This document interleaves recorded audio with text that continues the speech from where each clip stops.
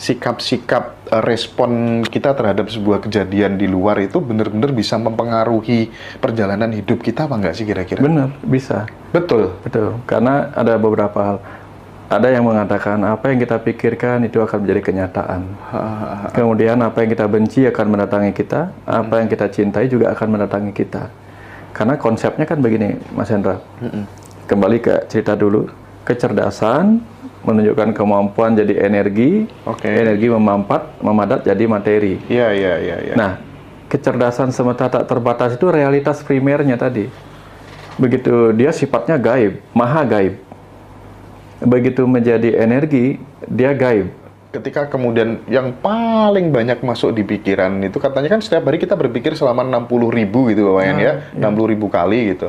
Nah itu kalau buahnya kata-kata yang kita masukkan negatif, ya benar-benar bisa memantulkan yang negatif gitu. Nah ini kan kalau kita bisa begitu Pak Wayan, semua kejadian yang buruk selalu kita maknai positif di dalam diri itu kan keren nggak sih Pak Wayan? Keren, karena kalau ada orang ketangkap KPK, kita anggap dia guru yang sedang mengingatkan kita untuk tidak seperti itu.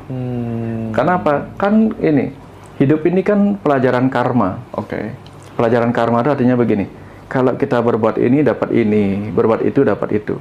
Makan garam, dapat asin, makan gula, dapat manis, makan cabai, dapat pedas, gitu. Tapi kan kita nggak harus mengalami semua orang.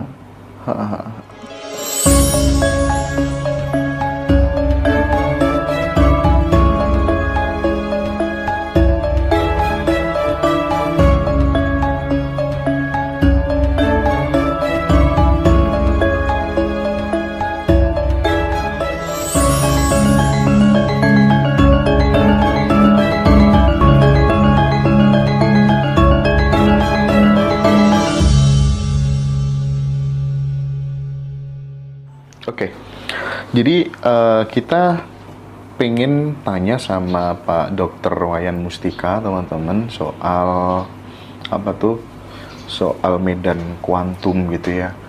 Katanya gini Pak Wayan, kita ini satu dan terhubung dengan semua yang ada gitu ya, dengan manusia-manusia yang lain, dengan binatang, dengan tumbuhan, kita semuanya terhubung gitu. Sehingga ketika kemudian ada sebuah peristiwa gitu, yang peristiwa itu sebenarnya adalah negatif menurut kacamata pikiran kita, tapi terus kita meresponnya positif, itu justru kembali kepada diri kita gitu. Yang terpenting bukan faktanya apa, tapi respon terhadap fakta itu bagaimana gitu. Meskipun kejadiannya negatif, tapi kalau respon terhadap fakta kejadian itu positif, yang akan kembali dalam diri kita adalah positif gitu.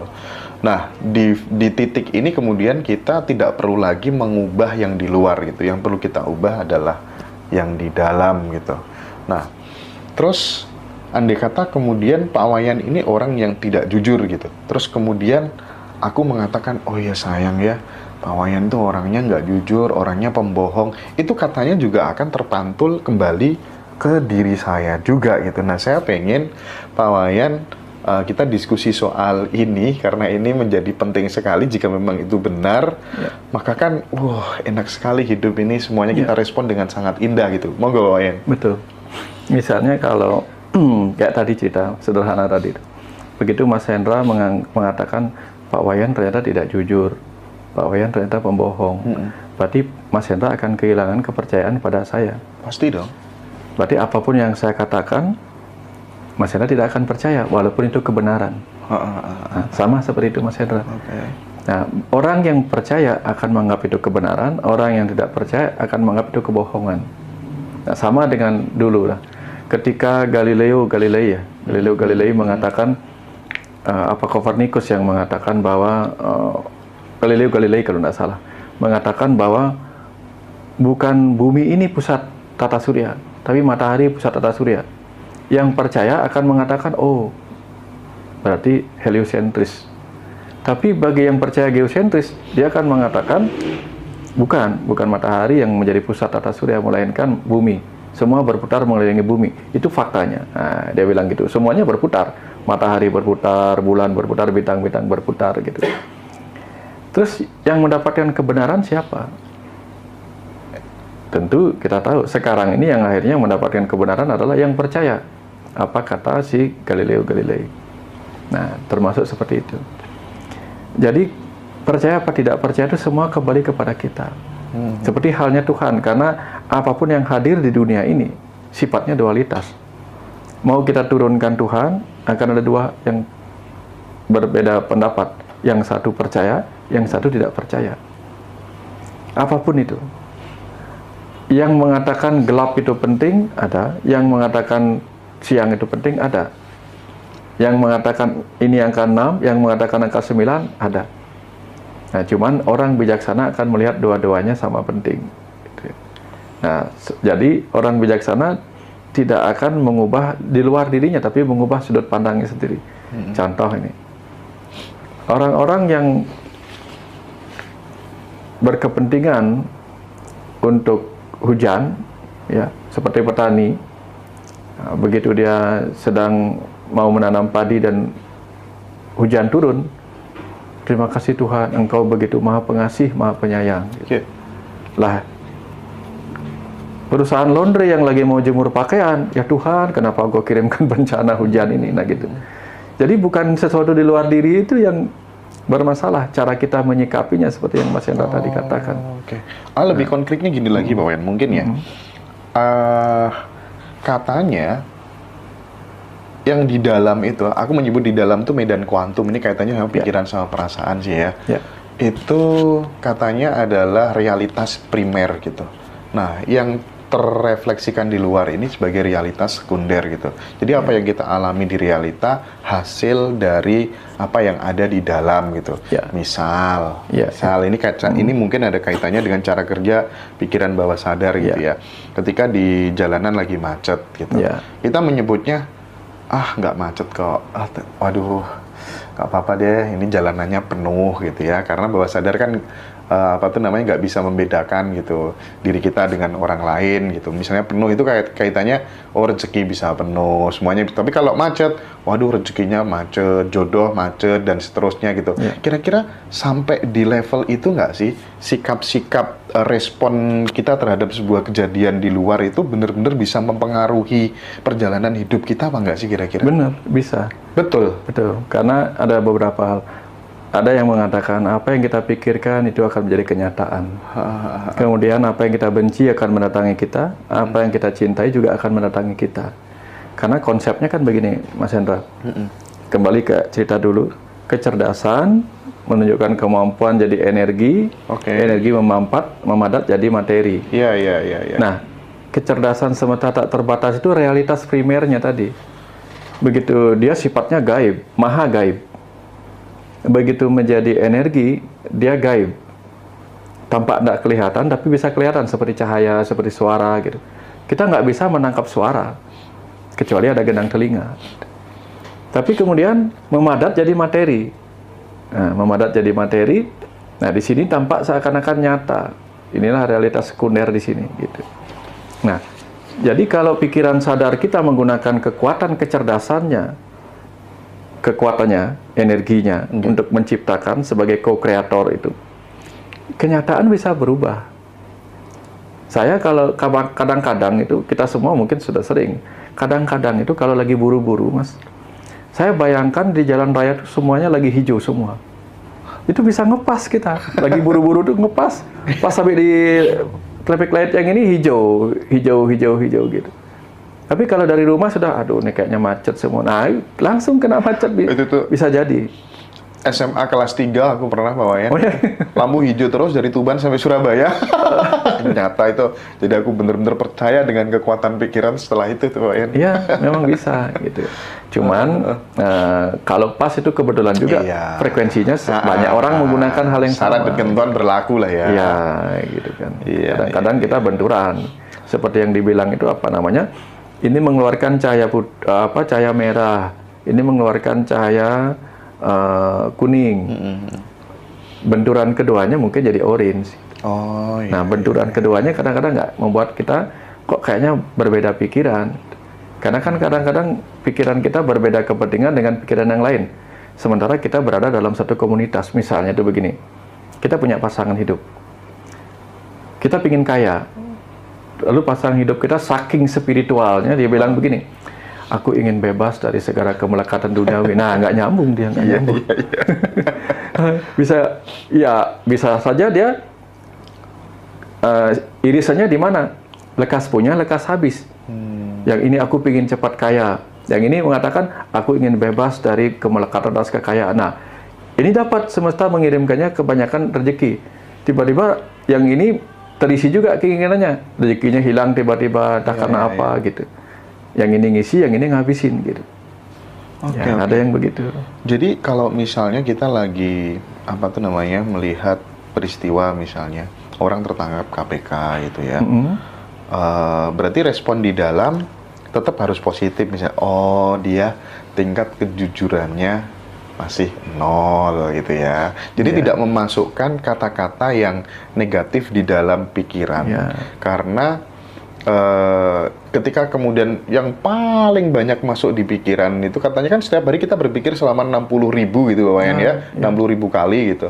Nah itu kalau buahnya kata-kata yang kita masukkan negatif, ya benar-benar bisa memantulkan yang negatif gitu. Nah ini kan kalau kita bisa begitu Pak Wayan, semua kejadian yang buruk selalu kita maknai positif di dalam diri itu kan keren nggak sih Pak Wayan? Keren. Karena kalau ada orang ketangkap KPK, kita anggap dia guru yang sedang mengingatkan kita untuk tidak seperti itu. Karena apa? Kan ini, hidup ini kan pelajaran karma. Pelajaran karma itu artinya begini, kalau kita berbuat ini dapat ini, berbuat itu dapat itu. Makan garam dapat asin, makan gula dapat manis, makan cabai dapat pedas gitu.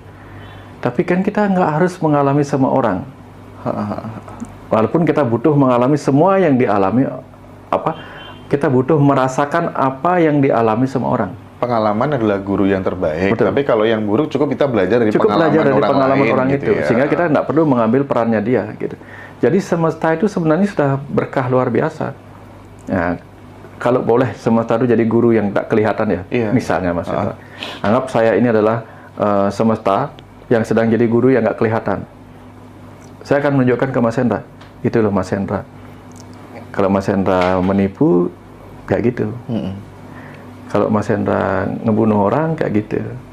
Nah, kita yang diajarin kayak gitu dengan pengalaman orang lain kan jadi mikir, oh, kalau saya nggak pingin kayak gitu, ya jangan kayak gitu.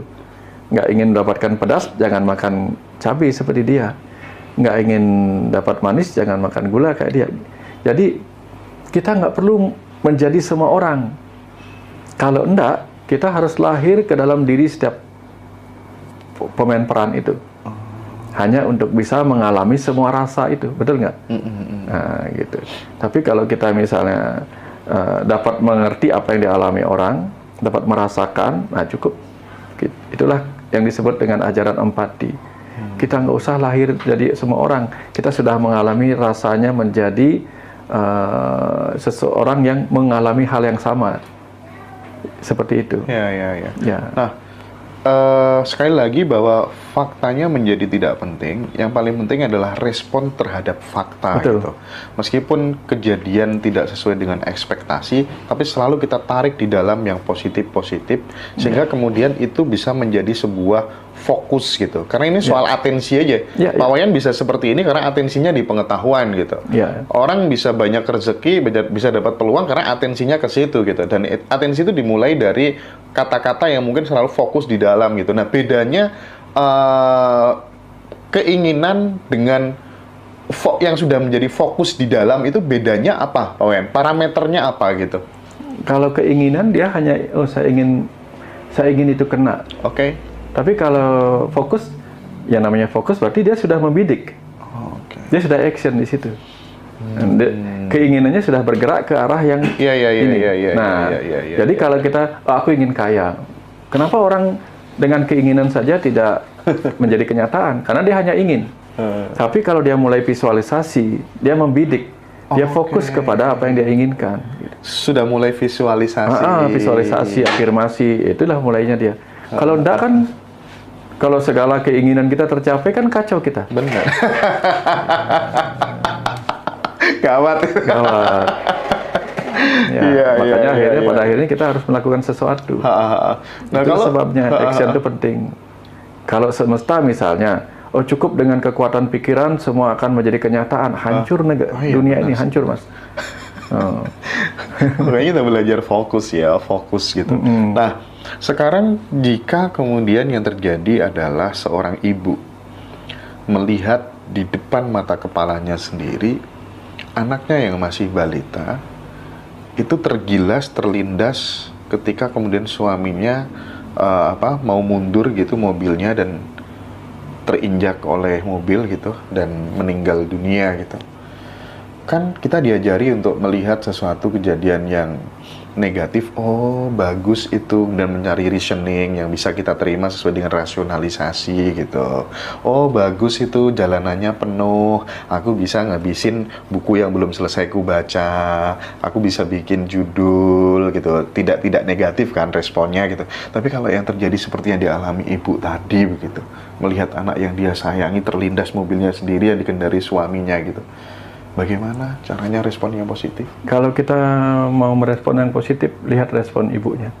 Kalau dia menangis, maka tangisannya kita lihat, oh ternyata ibu itu menangis betapa sayangnya dia sama bayi. Itu yang kita respon. Bukannya kalau dia tidak merespon, kalau dia tidak menangis misal dan dia malah ketawa, oh berarti ibu itu syukurlah dia tidak terlalu cepat melekat kepada anaknya. Kalau kita sebagai ibunya, respon kalau kita sebagai ibunya yang mengalir alami aja, menangis ya menangis, karena menangis itu kan menyebabkan kita terbebas dari stres. Karena seorang ibu yang membenci anaknya tidak akan menangis kalau anaknya dilindas kayak gitu, meninggal kayak gitu. Tapi begitu dia menangis, berarti tanda-tanda ada cinta di situ. Ya, ada perhatian, ada perlindungan, dan ada rasa penyesalan, dan itu akan menjadi pelajaran bagi yang lainnya. Sebelum kita menjadi seperti ibu itu yang menangis penuh penyesalan, hati-hati jangan sampai seperti itu. Ya, kan ada pelajaran dalam setiap peristiwa. Jadi alih-alih kita yang diberi pengalaman langsung seperti tadi itu, pengalaman orang lainlah dijadikan guru bagi kita untuk mengingatkan kita tentang eling dan waspada itu. Mau kayak gini nggak? Kalau nggak jangan begini gitu. Tapi kan sayangnya kita jarang belajar dari orang lain juga. Padahal sering kita mengatakan, semua ini adalah guru. Semua peristiwa kehidupan ini adalah guru. Tapi kita nggak mau berguru pada orang lain. Kita hanya berguru pada orang yang kita percaya. Kita hanya berguru kepada orang yang kita anggap baik. Padahal kan kejahatan itu juga guru kan. Ya, kejahatan juga guru. Guru yang mengajarkan kita supaya tidak melakukan itu kalau tidak ingin yang itu. Tapi kalau misalnya kejahatan misalnya merampok menyebabkan kita penjara, tetapi ada loh tim-tim yang sengaja harus masuk penjara, maka dia merampok untuk bisa masuk penjara dengan tujuan yang lebih penting lagi. Kebayang maksudnya Mas? Kan ada di film-film kayak gitu. Sengaja dia merampok agar bisa masuk penjara tanpa ketahuan bahwa dia sedang menyamar di penjara. Ada. Sehingga, jadi kalau ingin di penjara, apapun tujuan di penjara, maka kita harus mengalami atau melakukan apa yang dilakukan itu. Sama dengan ini, dalam tubuh manusia ini. Dalam tubuh manusia ini, sang ruh terpenjara. Yang tadinya tak terbatas, jadi terbatas di sini. Tetapi apakah sang ruh yang terpenjara dalam tubuh ini adalah semuanya penjahat? Enggak juga. Kan enggak juga. Bahkan yang terpenjara dalam tubuh yang cacat pun enggak semuanya orang jahat. Ada juga roh-roh yang baik. Roh-roh para guru yang masuk ke dalam tubuh yang cacat. Untuk apa? Untuk memberi pengetahuan kepada orang-orang tentang semangat hidup. Jadi saya saja yang kondisi begini penuh semangat, bagaimana mungkin engkau yang lahir lebih sempurna tubuhmu malah kehilangan semangat. Nah, itu pesannya orang-orang atau roh-roh yang lahir ke dalam tubuh yang bagi kita nggak sempurna. Nah, jadi dari situ kemudian kita paham semesta itu bisa mengalirkan pengetahuan di mana saja. Kita hanya perlu peka. Maka saran saya, jadikan semuanya guru. Ya, jadikan semuanya guru, melihat oh ini, oh itu, oh ini, oh itu gitu. Oke. Nah, tetapi kalau kita lagi-lagi ngomong soal pikiran, pokoknya ke lagu yang dihayati, lagu yang dinyanyikan, dihayati, diresapi jadi mantra, jadi doa, jadi kenyataan, katanya kan begitu. Sering. Terus Terus kemudian berita-berita di televisi yang negatif itu juga kemudian bisa terpantul, terrefleksi ke dalam diri jika kita konsumsi setiap hari gitu. Betul. Ngobrol dengan orang yang dengki, iri katanya juga bisa apa tuh namanya terkontaminasi gitu. Tapi tadi di awal kita ngomong soal apa tuh namanya kalau udah di level tertentu guru spiritual itu sudah nggak ngefek lagi gitu. Betul. Nah berarti teori ini kemudian tidak bisa digeneralisir atau bagaimana, benang merahnya seperti apa gitu? Ya, seperti hewan-hewan liar itu, Mas Hendra. Hewan liar yang terbiasa hidup bersama manusia menjadi hewan domestik. Ya. Tapi tidak semua begitu hewan liar diajak ke dalam lingkungan manusia jadi hewan domestik. Enggak. Bisa saja dia tetap hewan liar. Ya, misalnya nih anjing bisa berubah menjadi hewan domestik. Tapi coba taruh lebah di rumah kita. Ya, pada saat dia menggigit, ya menggigit aja, dia menyengat-sengat aja gitu. Dia nggak akan berubah gitu kan. Karena dia nggak pernah belajar langsung dari kita. Tapi kalau anjing yang terus-menerus diajarin oleh manusia, dapat ya. Bahkan anjing saja bisa, atau kucing, itu bisa mengikuti apa yang diajarkan manusia, betul nggak? Benar-benar. Anjing mana tahu duduk sama ini gitu. Duduk, berdiri, merayap. Tapi kan ketika dikasih tahu, dia tahu kan. Nah, contoh Mas Hendra. Kalau Mas Hendra mengamati di alam gitu. Ada burung-burung yang dari dalam telur sampai anak-anak, mana pernah dia belajar ilmu tentang bagaimana membuat sarang. Betul nggak? Nggak pernah dia. Iya, benar-benar. Ya, namanya dia dari telur kan. Begitu namanya di telur, dia sudah ada dalam sarang itu kan. Begitu dia lahir, yang dia pikirkan makanan apa yang datang sama ibunya. Tapi begitu dia dewasa, dia bisa membuat sarang seperti sarang yang dibuat sama ibunya. Terus siapa yang ngajarin coba? Iya. Dan bahkan sarangnya kan aneh-aneh. Ada sarang yang bentuk gini begitu. Tujuannya apa? Untuk melindungi dirinya dari serangan ular, serangan pemangsa. Pernah nggak si induk ngomong sama dia? Nanti kalau kamu dewasa bikin sarang kayak gini, nggak pernah itu. Bagaimana dia bisa tahu? Dia bahkan nggak melihat itu. Oke lah kalau dia melihat apa yang dikerjakan induknya ketika induknya bikin sarang, oke. Tapi kan nggak pernah dia melihat induknya bikin sarang. Orang dia belum lahir juga dalam bentuk telur juga belum gitu. Bagaimana proses transfer knowledge itu masuk? Gimana itu Pak Yan? Nah disitulah ada kecerdasan. Kan itu, ya? Itulah kecerdasan semesta tak terbatas yang berdiam di setiap atom, yang membentuk DNA, yang membentuk sel-sel tubuh burung itu, termasuk sel di otaknya. Sehingga di situ terekam sebuah cara begitu. Nah, si induk burung inilah kemudian belajar. Ternyata kalau sarang saya begini, mudah dimasukin ular, dia bermodifikasi ribuan atau bahkan jutaan tahun kemudian dimodifikasi terus-menerus. Nah, memori itu direkam dalam DNA-nya sehingga muncullah kemudian bentuk-bentuk sarang yang terus bervariasi sampai akhirnya variasi itu benar-benar sudah aman sekali. Sampai saat ini yang kita temui kan aman.